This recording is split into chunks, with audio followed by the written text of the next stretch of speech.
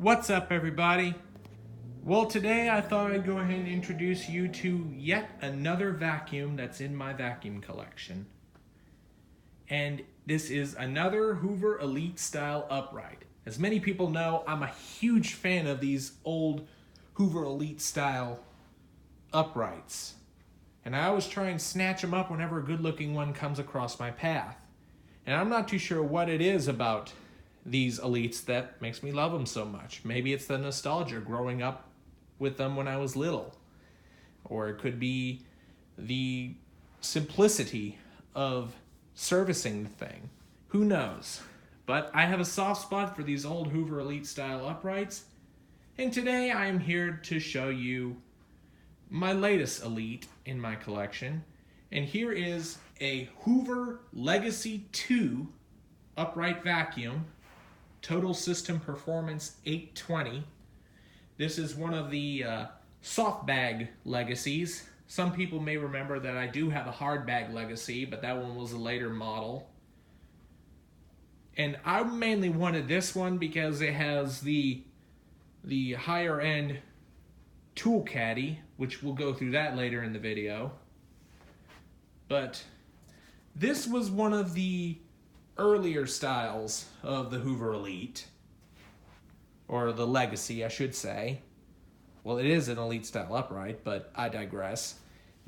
The reason why it's an older machine is because the body of it actually is this gray plastic instead of the traditional black plastic for when these things started aging when they got to the mid to late 90s. The plastic just got darker and darker.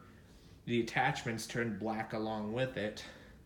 So these older gray body Legacies and Elites look a lot more aesthetically pleasing, and they definitely look a lot more vintage compared to the mid to late 90s Elites. But anyway, let's go ahead and give a walkthrough of the machine. Right here, down here is your Legacy 2 lettering, Total System Performance 820. This is another one of Hoover's marketing techniques back then, which a lot of people may remember the Elites that have that cleaning effectiveness per amp, and it rates whatever number, which their go was whatever higher number they put is to draw people toward the higher end machine. You see, this does have brushed edge cleaning. But anyway, yeah, this was the same method Hoover decided to do back then to draw people towards this high-end Legacy. Anyway, it does come with 4 carpet height adjustments. And the 5th setting is actually for tools. It actually blocks off the suction going to the head, and then the rest will go through your hose. Let's go ahead and flip it underneath and show you the underside.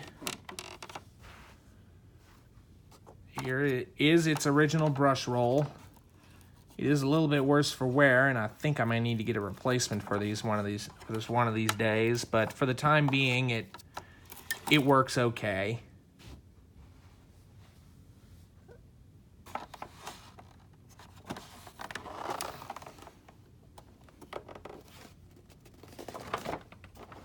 So here's the much bigger style tool caddy compared to the lower end Legacies.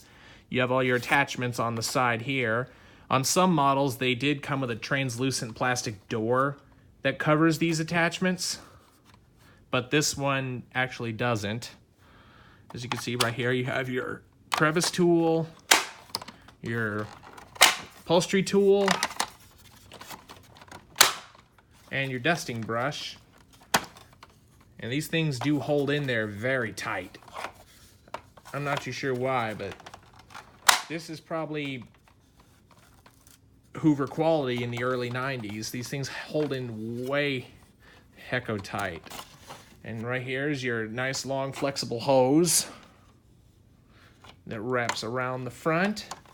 and around the back like so. And what I really love about this particular style tool caddy is the fact that it comes with 2 extension wands instead of just one. In the back, another one back here.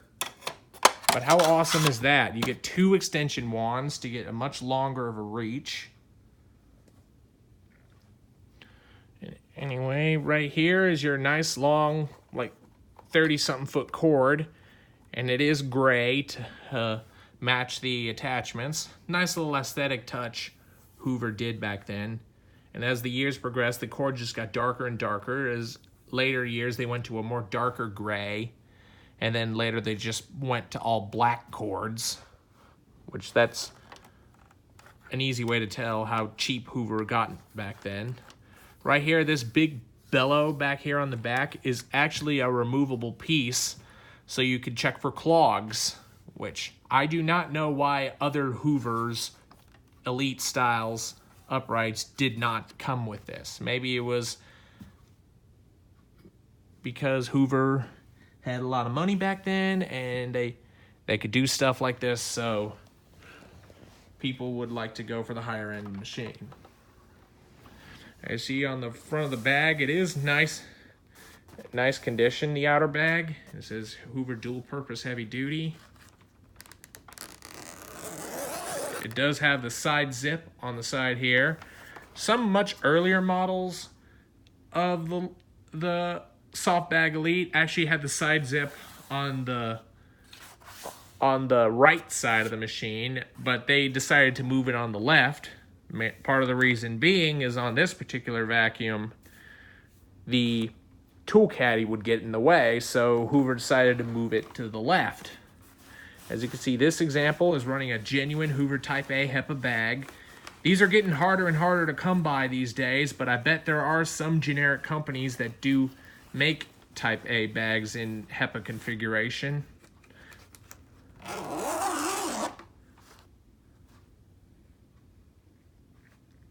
Anyway, up top here, you do have your nice comfort grip handle that's actually black to give it a more high-end feel. If this was a black body Elite, this top cover would be tan, which I kind of like what Hoover did back then. As you can see, it also has the top-mounted power switch instead of it being mounted on the side like lower-end Legacies and Elites. And you can see this top blank here on the outer bag is actually for an air freshener if this were a much higher end model Legacy.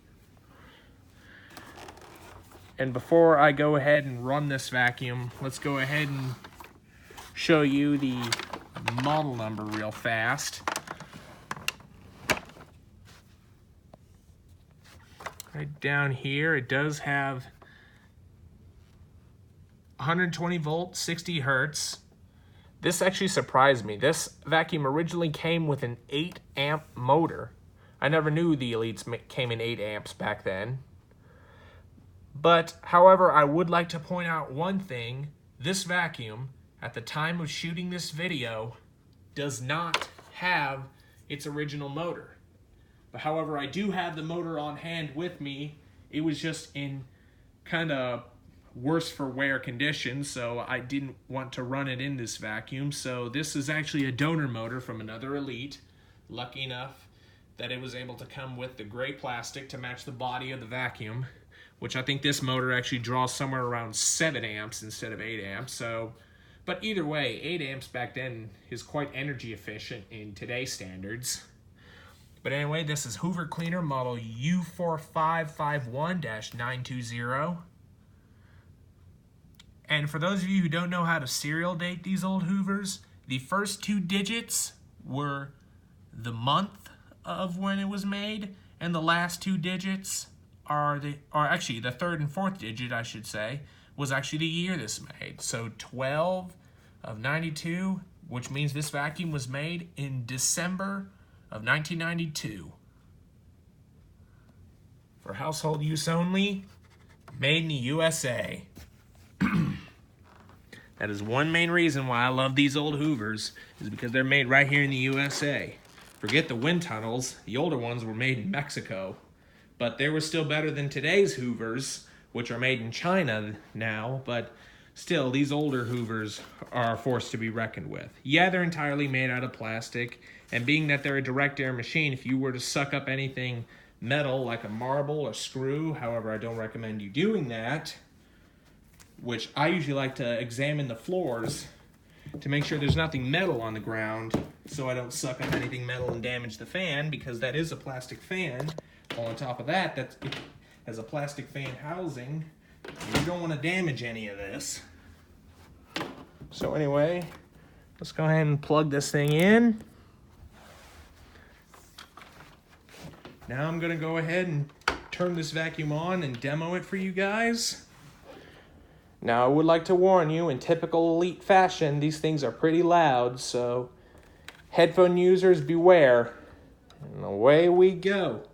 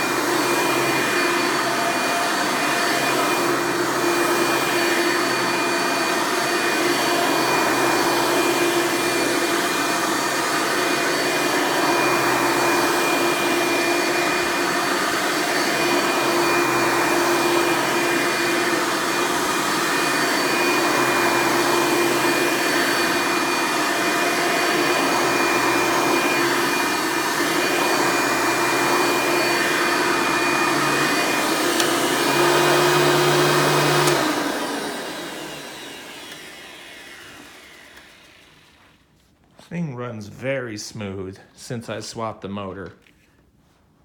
Now, like I said, I do have the original motor, but it was quite a bit worse for wear. At least the motor casing was. So, and also it does run the original motor, but it was just extremely loud. Hopefully, at best case scenario, it just has a cracked fan and I need to replace it. But anyway, let's go ahead and show you this vacuum in tool mode. And switch this thing over to tools, which it's nice and convenient to have that instead of just opening a flap and sticking the hose down in like lower end Elites. and this is permanently mounted. But the suction from this is not very high because it's a direct air vacuum.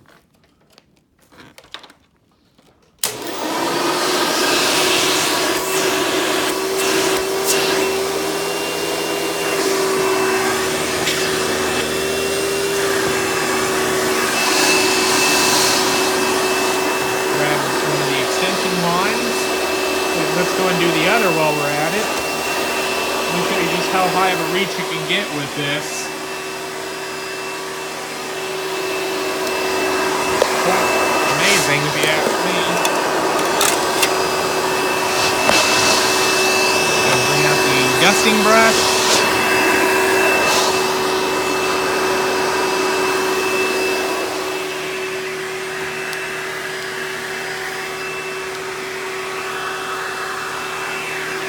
If you want a good idea of how far this hose can reach, here's how far I am before the hose decides to pull the vacuum along.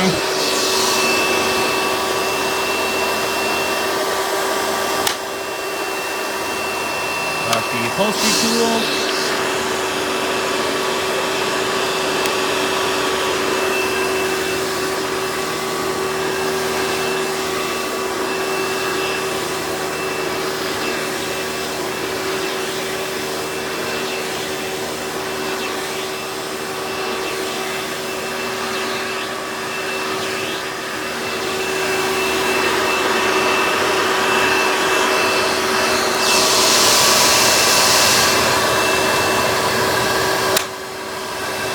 Last but not least, your crevice tool.